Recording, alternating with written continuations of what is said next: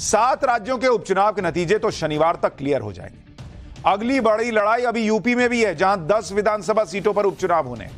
इनमें मैनपुरी की करहल की सीट है, जो अखिलेश यादव के कन्नौज से सांसद बन जाने के बाद इस्तीफे से खाली है। इनमें अयोध्या की मिल्कीपुर है, जहां से विधायक रहे अवधेश प्रसाद अयोध्या का लोकसभा चुनाव जीत गए, तो वो खाली हो गए। इनमें कानपुर की सीसामऊ सीट है, जो सपा के विधायक इरफान सोलंकी को एक मामले में सजा मिलने के बाद खाली हो गई।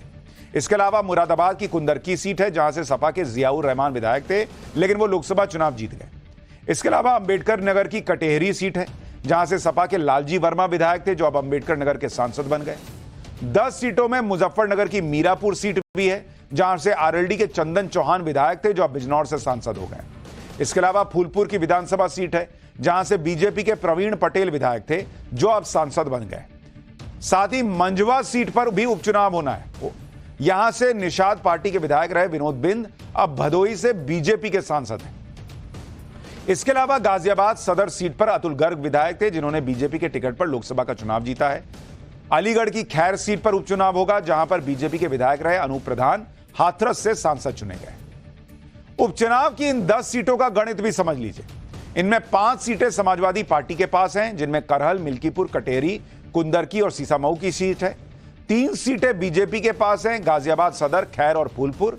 मंझवा की सीट बीजेपी के सहयोगी निषाद पार्टी के पास है, और मीरापुर की सीट आरएलडी के पास थी, जो अब बीजेपी की सहयोगी है। यानी 5 सीटें इंडी गठबंधन के पास हैं, 5 सीटें बीजेपी और उसके सहयोगियों के पास हैं। यानी यहां भी मुकाबला कांटे का है और जबरदस्त लड़ाई देखने को मिलेगी। यह उपचुनाव यूपी के सीएम के लिए लोकसभा चुनाव में मिली हार से कमबैक करने का बड़ा मौका माना जा रहा है। इसलिए योगी आदित्यनाथ ने पूरी ताकत लगा दी है। उपचुनाव की कमान खुद सीएम योगी ने संभाल रखी है। सीएम योगी की मौजूदगी में बनी रणनीति के तहत 10 सीटों के लिए 16 मंत्रियों की टीम उतार दी गई है। खास तौर पर 2022 के विधानसभा चुनाव में समाजवादी पार्टी की जीती हुई सीटों पर यूपी सरकार में सीनियर मंत्रियों को जिम्मेदारी दी गई।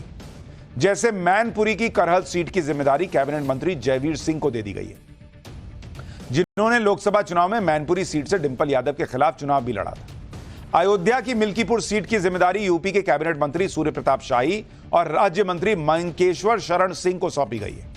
अंबेडकर नगर की कटेहरी सीट का जिम्मा कैबिनेट मंत्री स्वतंत्र देव सिंह और अपना दल एस के कोटे से राज्य मंत्री आशीष पटेल को दिया गया है।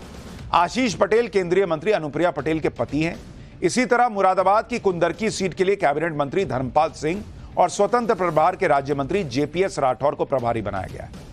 कानपुर की सीसामऊ सीट की जिम्मेदारी कैबिनेट मंत्री सुरेश खन्ना और कैबिनेट मंत्री संजय निषाद को सौंपी गई। संजय निषाद पार्टी के अध्यक्ष भी हैं। इसी तरह पिछले चुनाव में अपनी जीती हुई सीटों पर कब्जा बनाए रखने के लिए भी योगी आदित्यनाथ ने अपने मंत्रिमंडल के सहयोगियों को मैदान में उतार दिया कि जाओ देखो कैसे क्या करना है। जैसे गाजियाबाद सदर सीट की जिम्मेदारी कैबिनेट मंत्री सुनील शर्मा को दे दी गई, जो गाजियाबाद की ही साहिबाबाद सीट से विधायक है। प्रयागराज की फूलपुर सीट के लिए कैबिनेट मंत्री राकेश सचान और स्वतंत्र प्रभार के राज्य मंत्री दयाशंकर सिंह को प्रभारी बना दिया गया। अलीगढ़ की जो खैर सीट है, उसका जिम्मा कैबिनेट मंत्री लक्ष्मी नारायण चौधरी को सौंपा गया। इसी तरह योगी आदित्यनाथ ने 2022 के विधानसभा चुनाव में सहयोगी दलों की जीती हुई 2 विधानसभा सीटों पर भी दोबारा जीत का प्लान तैयार किया। इसके लिए मुजफ्फरनगर की मीरापुर सीट के लिए आरएलडी कोटे से कैबिनेट मंत्री अनिल कुमार और राज्य मंत्री सोमेंद्र तोमर को प्रभारी बनाया गया, जबकि मिर्जापुर की मझवा सीट की जिम्मेदारी कैबिनेट मंत्री अनिल राजभर को दे दी गई है। यानी यूपी में इस उपचुनाव में जबरदस्त जोर लगा रही है बीजेपी। यूपी में कमबैक के लिए योगी लगातार तैयारी भी कर रहे हैं, एक्शन भी ले रहे हैं। आज ही सीएम योगी ने यूपी में लेखपाल भर्ती के नियुक्ति पत्र बांट दिए, जो काफी समय से लटके हुए थे।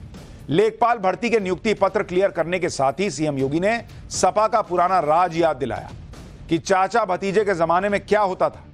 सुनिए सीएम योगी ने चाचा भतीजे पर क्या कहा है, फिर आपको बताता हूं कि अखिलेश यादव की रणनीति क्या है। 2017 के पहले क्या होता था? ये जो भर्ती आधे लेखपालों के पद खाली पड़े हुए क्यों पड़े हुए थे? क्योंकि भर्ती नहीं होती थी। भर्ती की प्रक्रिया में तमाम होल थे। भर्ती की प्रक्रिया को पहले ही चाचा भतीजे की जोड़ी वसूली के लिए निकल पड़ती थी और पूरा खानदान अलग अलग जिले आवंटित हो जाते थे। मुझे याद है लेखपालों की भर्ती की एक प्रक्रिया को कैसे इन्होंने दागी बना दिया था। योगी आदित्यनाथ और बीजेपी ने तो उपचुनाव के लिए पूरा जोर लगा रखा है, लेकिन अखिलेश यादव कौन सा बैठने वाले हैं? वो भी पूरी तैयारी टाइट किए हुए हैं। जैसे अखिलेश यादव मिल्कीपुर सीट के उपचुनाव में यहां से विधायक रहे अवधेश प्रसाद के बेटे अजीत प्रसाद को चुनाव में उतार सकते हैं, कहा जा रहा है। अंबेडकर नगर की कटेहरी सीट से अखिलेश यादव लालजी वर्मा की बेटी छाया वर्मा को टिकट दे सकते हैं। फूलपुर विधानसभा सीट से अखिलेश यादव अमरनाथ मौर्य को उतार सकते हैं। अमरनाथ मौर्य ने फूलपुर लोकसभा सीट मजबूती से लड़ा था और कम वोटों के अंतर से हारे थे। अखिलेश यादव मैनपुरी की करहल विधानसभा सीट छोड़कर ही सांसद बने हैं। यहां से वो अपने परिवार के सदस्य तेज प्रताप यादव को उतार सकते हैं। तेज प्रताप यादव मुलायम सिंह के पौत्र हैं और मैनपुरी से सांसद रह चुके हैं। इसके अलावा अखिलेश यादव उपचुनाव की सीटों पर अपने नेताओं से रिपोर्ट भी ले रहे हैं। लोकसभा चुनाव की तरह अखिलेश यादव उपचुनाव में भी पीडीए की रणनीति के तहत ही उतरेंगे माना जा रहा है। इधर इंडी गठबंधन और एनडीए का टेस्ट होना है। दूसरी तरफ देश में एक ऐसी पार्टी और ऐसे नेता हैं जिनकी राजनीति अलग ही लेवल पर चल रही है। अरविंद केजरीवाल की आम आदमी पार्टी ने नया इतिहास रच दिया है। शराब घोटाले में ईडी ने जो नई चार्जशीट दाखिल की है उसमें 38 आरोपियों का नाम है। इसमें 37वें नंबर के आरोपी के रूप में दिल्ली के सीएम अरविंद केजरीवाल का नाम दर्ज है और 38वें आरोपी के रूप में आम आदमी पार्टी का भी नाम दर्ज है। सोचिए, जो पार्टी और नेता राजनीति बदलने आए थे उनकी हालत यह हो गई कि देश में पहली बार किसी राष्ट्रीय पार्टी को आरोपी बनाकर उसका नाम चार्जशीट में डाला गया। ईडी ने अपनी चार्जशीट में कोर्ट को बताया कि अरविंद केजरीवाल ही शराब घोटाले के मुख्य साजिश करता है। उन्हें गोवा इलेक्शन में रिश्वत के पैसे का इस्तेमाल किया की जानकारी थी और वो इसमें शामिल थे। चार्जशीट में अरविंद केजरीवाल और आरोपी विनोद चौहान के व्हाट्सएप चैट का डिटेल दिया गया है। आरोप है कि के कविता के पीए ने विनोद के जरिए 25 करोड़ रुपए गोवा चुनाव के जरिए आम आदमी पार्टी को पहुंचाए थे। चार्जशीट में कहा गया है कि अरविंद केजरीवाल आम आदमी पार्टी के संरक्षक है। इस वजह से पार्टी के हर काम के लिए वो जिम्मेदार है। आम आदमी पार्टी प्रोसीड ऑफ क्राइम यानी अपराध से अर्जित आय की मुख्य तौर पर लाभार्थी है। साउथ लॉबी की तरफ से आए बतौर रिश्वत 100 करोड़ में 45 करोड़ का इस्तेमाल आम आदमी पार्टी ने गोवा इलेक्शन में किया था। शराब घोटाले के आरोपों के मामले में अरविंद केजरीवाल की मुश्किलें अब और बढ़ने वाली हैं, क्योंकि पीएमएलए कोर्ट ने 17 मई को दाखिल ईडी की चार्जशीट पर संज्ञान ले लिया है और अरविंद केजरीवाल के खिलाफ 12 जुलाई का प्रोडक्शन वारंट जारी हुआ है। ईडी ने यह भी आरोप लगाया है कि जांच के दौरान अरविंद केजरीवाल के 11 बार बयान दर्ज किए गए और वो कई बार सवालों के गोलमोल जवाब देते दिखे और जानकारी छिपाने की कोशिश की। इधर केजरीवाल का जेल से छूटना मुश्किल लग रहा है, उधर उनकी पार्टी धीरे धीरे टूटनी शुरू हो गई। केजरीवाल की पार्टी के कई नेता आज बीजेपी में शामिल हो गए। इनमें से एक नेता राजकुमार आनंद तो केजरीवाल सरकार में मंत्री थे और कुछ महीने पहले ही मंत्री पद से उन्होंने इस्तीफा दिया था। राजकुमार आनंद आम आदमी पार्टी छोड़कर बीएसपी में गए थे और लोकसभा का चुनाव लड़ा था, लेकिन अब वो बीजेपी में शामिल हो गए। राजकुमार आनंद के साथ ही छतरपुर से आम आदमी पार्टी के विधायक करतार सिंह तंवर भी बीजेपी में शामिल हो गए। इसके अलावा आम आदमी पार्टी के पार्षद उमेद सिंह फोगाट ने भी आज बीजेपी ज्वाइन कर ली। यानी जो लोग एक वक्त पर केजरीवाल के साथ होते थे, अब वो केजरीवाल से दूर जा रहे हैं। पूर्व मंत्री ने बीजेपी ज्वाइन कर ली, विधायक ने ज्वाइन कर ली बीजेपी, पार्षद ने ज्वाइन कर ली बीजेपी एक ही दिन। सुनिए बीजेपी ज्वाइन करने के बाद इन नेताओं ने क्या कहा।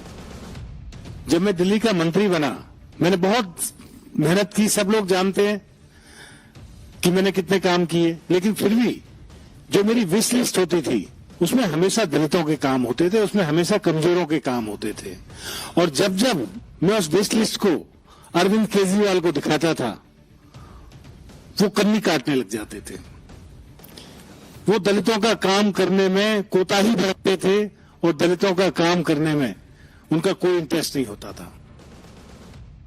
यानी केजरीवाल के लोग न सिर्फ पार्टी छोड़ रहे हैं, बल्कि केजरीवाल पर गंभीर आरोप भी लगा रहे हैं कि अरविंद केजरीवाल का दलितों से कोई लगाव ही नहीं था। वो केजरीवाल दलितों के मामले में कन्नी काटते थे। यानी केजरीवाल जेल में है और यहां पार्टी का अलग ही हिसाब किताब बैठा है।